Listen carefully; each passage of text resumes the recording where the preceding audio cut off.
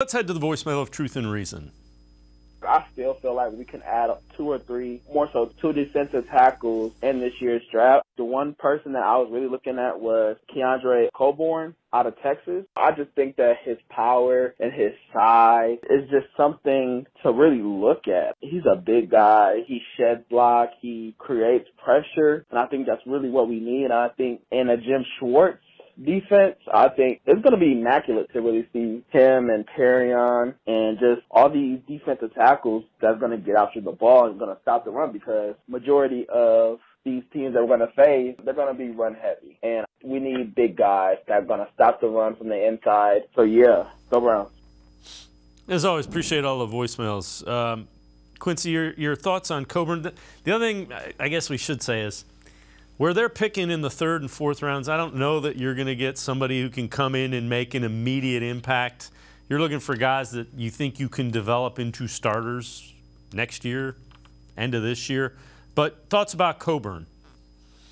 Yeah, I mean, I don't know much about Coburn at this point because there's so many bodies in this draft to learn.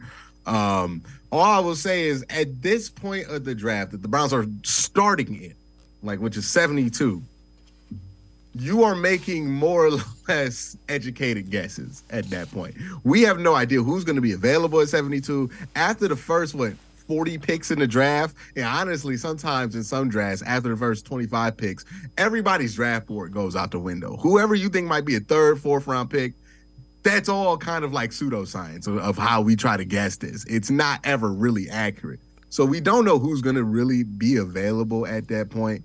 Just have places where you want emphasis on, and then know where you want to take those aims at. And that's why the Browns have all these guardrails for that, so they know what type of player, prospect do they want to look at to bring in. So maybe he's going to be somebody that the Browns look at.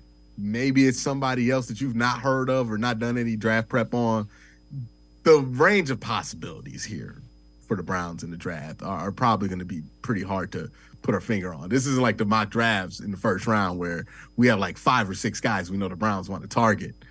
This is a completely different game here.